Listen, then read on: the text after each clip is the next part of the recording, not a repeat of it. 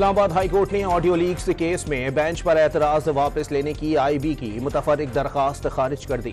Assistant attorney general نے اعتراض کی درخواست واپس لینے کی استدعا کی تھی۔ مسلم لیگ نون کا اہم مشاورتی اجلاس آج مرکزی سیکریٹریٹ لاہور میں ہوگا۔ نواز شریف، مریم نواز اور حمزہ شہباز شرکت کریں گے۔ حکومتی کارکردگی اور آئندہ کی سیاسی حکمت عملی پر غور ہوگا۔ دیامیر میں گونر فارم کے قریب تیز رفتار بس کھائی میں جا گری، 20 افراد جاں بحق اور 21 زخمی۔ بدقسمت بس راولپنڈی سے ہنزا جا رہی تھی۔ حادثہ موڑ کاٹتے ہوئے صبح 5 بجے پیش آیا۔ وزیر اعظم کا حادثے پر افسوس کا اظہار، زخمیوں کو بہترین علاج و معالجہ فراہم کرنے کی ہدایت۔ پاکستان کا تاریخی سیٹلائٹ مشن چاند پر بھیجنے کی تیاریاں مکمل۔ آج دوپہر 12:50 پر چین کے ہینان اسپیس لانچ سائٹ سے خلا میں روانہ ہوگا۔ آئی کیوب قمر کا ڈیزائن اور ڈیولپمنٹ چین اور سپارکو کے اشتراک سے تیار کیا گیا۔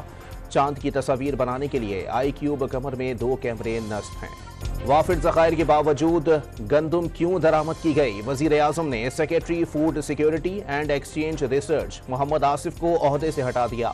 اسکینڈل کی تحقیقات کے لیے ممبر فیڈرل پبلک سروس کمیشن میاں مشتاق انکوائری افسر مقرر۔ وزیر اعلیٰ پنجاب سے WHO کی ریجنل ڈائریکٹر کی ملاقات۔ 5 سال میں اسٹیٹ آف دی آرٹ اسپتال بنانے کا ہدف پورا کریں گے، مریم نواز شریف کی گفتگو۔ نیول چیف کا چینی People's Liberation Army Navy headquarters کا دورہ۔ امیر البحر نوید اشرف کی چینی بحریہ کے کمانڈر سے ملاقات۔ لاہور میں چوکی سگیاں پولیس نے قتل کے مقدمے میں 7 سال سے روپوش ملزم کو گرفتار کر لیا۔ ملزم نے گجرانوالہ میں باپ کے سامنے بیٹے کو قتل کیا تھا۔ فیصل آباد میں شوہر کا 2 بیویوں اور 4 بچوں کو قتل کر کے خودکشی کا مقدمہ درج کر لیا گیا۔ قاسم جواد تاجر تھا، ادھار ادا کرنے کے لیے پریشان تھا۔